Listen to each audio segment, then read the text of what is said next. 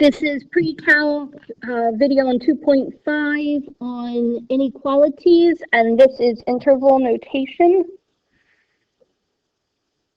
Here we go. Interval notation. Students will be able to use interval notation. Make sure that all of this is in your notes. Basically, these are a new way or a different way to express a set of continuous real numbers. And inequalities can be translated into these different types of intervals. I'm going to go into examples and show you what I mean by examples. Make sure that these definitions are all in your notes first. All right, so here are some examples. So I've got, in problem number one, I've got an inequality that expresses all of the real numbers between 5 and 8. It's easiest to think about this on a number line.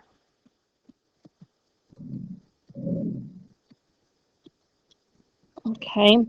And so if I were to graph this, I've got a closed circle, and for some reason, my fine point pen here will not let me close that circle in.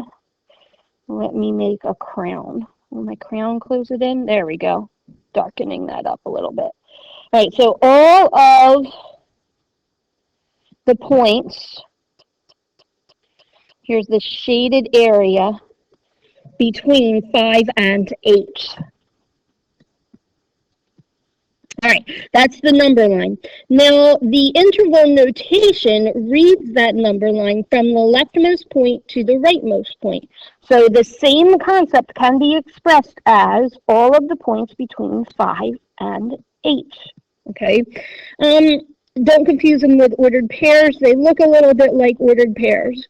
The reason that I chose the square bracket is because the endpoints 5 and 8 were included in the solution set. That's because of the line underneath the inequality. So if there's no line underneath the inequality, then there's open holes at the endpoints, and you would use round parentheses, which I'm going to show you in the next problem. So for the next problem, here's my number line. So I've got all of the numbers between -3 and +14, with 0 being somewhere in between there.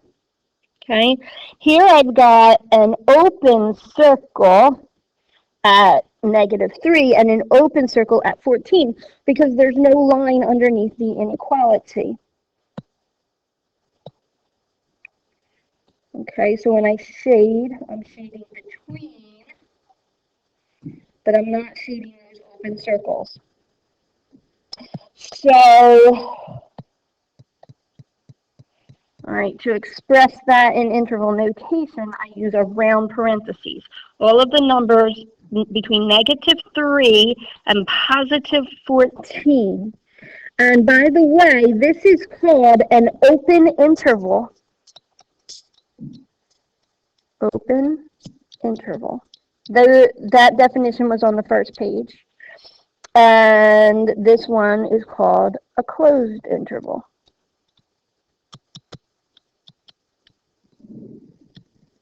Oh, interval. Okay.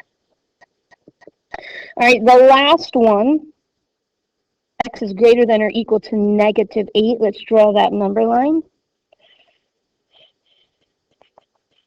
There's the number line. Here's -8. Greater than means to the right of. There's a line underneath the inequality. So I'm going to fill my circle in. There you go. And then shade everything to the right forever into infinity. And so my solution is all of the numbers from this is a negative, from -8 through +infinity. This is what's called a half open interval.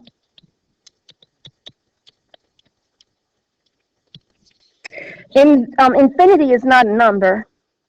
And so you can never, ever get to infinity. And so x could never actually be equal to that number, which is why that there's a round bracket. Infinity and negative infinity always get the round parentheses. We never get the square bracket. All right, that's it for notes on interval notation.